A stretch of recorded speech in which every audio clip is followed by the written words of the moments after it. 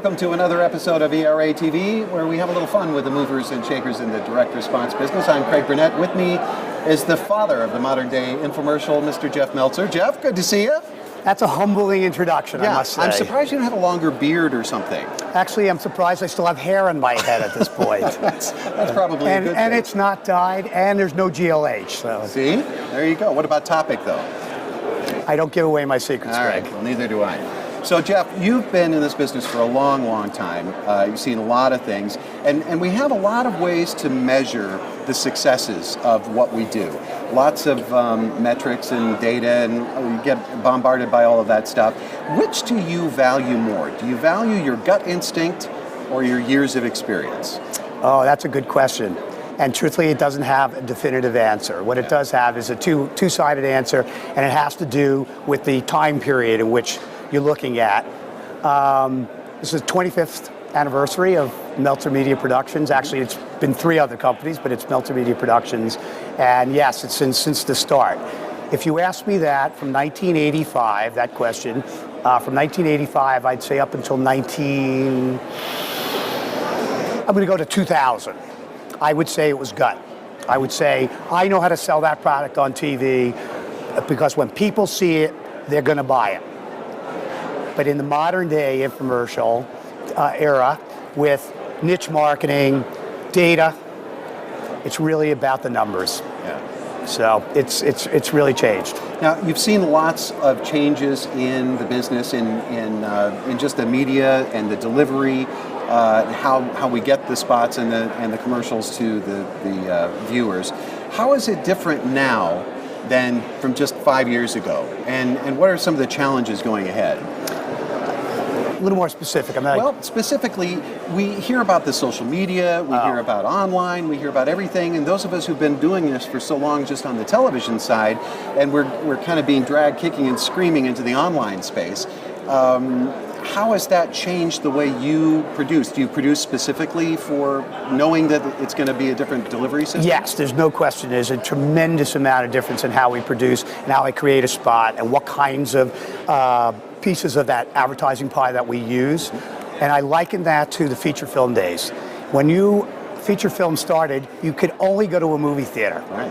And then when the VHS came in, people sounded the death knell, thinking nobody would go to the movies, and just the opposite happened. That the VHS became another avenue of marketing for a feature film. And the same thing has happened now with the infomercial. So you have the obviously TV, which drives everything else, the true root of the tree, if I call it. Then you have online, home shopping, international, catalog, insert media, social networking now, mobile. I mean, everything is starting to come into play, and you need to utilize those in order to hedge your bet in DRTV today. Is it foolish to not go everywhere all at once, or is it best to test in one place and then roll it out to some of the other places that maybe you didn't want to mess with?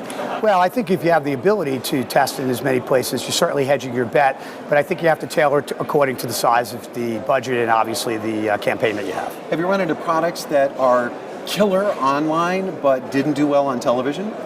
Yes, there's no question there are online products that are selling 80, 90% online and nothing on TV. So there's no question there's a flip-flop, there's a complete metamorphosis that's going on in how things are sold through TV, but TV is still the driving force to find the most people in the shortest period of time for the cheapest amount of money. Sure. Now, everybody's saying the 30-minute infomercial is not dying or dead, but kind of sick because people are watching television in tiny little snippets now. But the online part of it gives these people a lot more time to investigate a product, to find out all the other things, to see maybe what other people are saying about it. Does that speak to the infomercial production? Should we be thinking about that when we do a half hour for television? Yeah, again, a yes and no. And I was asked that question for another large periodical here in this industry, and I was actually one of those people who said I didn't see the decline in the long-form infomercial because I have infomercials on now that are doing those old-time numbers, 4, 5, one of them is going almost near 8 to 1. Right. So I think what's happening is you have to be more specific in the type of infomercial and offer that you put together because the vast majority of people who buy from infomercials are still there. But you have to make sure that the offer and the product is tailored to that niche down audience. So you're reaching less people, but more of the right buyer. Sure. Yeah, more of a target. But there's no question, going in, you have to be cognizant of what's obviously going to be a smaller audience, and you want to try and hedge your bet by being able to have other ways to market that product. Does it ever feel like a shell game? It's like, where's the viewer? Where's the viewer? Who's going to buy? Where are they going to buy from? Does it ever feel like that, or do you feel like you've got enough experience and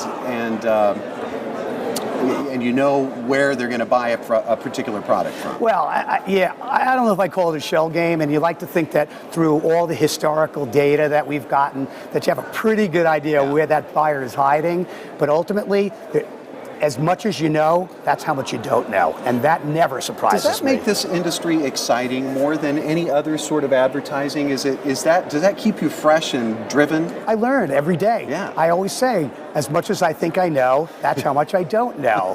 And in fact, I do learn every day, and that's what makes you energized and wanting to communicate, network in this business, because the information and the cross communication we're getting from everybody is truly the basis of learning how to sell better in a marketplace like this. When you're sitting at home and you see an infomercial that wasn't produced by Meltzer Media Productions, do you ever just go, oh man, they missed it. They made the same common mistake that everybody's making. Does that just drive you crazy? Yes and no. Again, why? Because that is absolutely true. And for me, that's true fodder for creating a better infomercial. And I won't mention names, but I had entrepreneurs who came with a failed infomercial, and they told me who the company was, and it's a very reputable company. And I looked at that infomercial and literally in a minute said, they missed the mark. I think I can move that needle.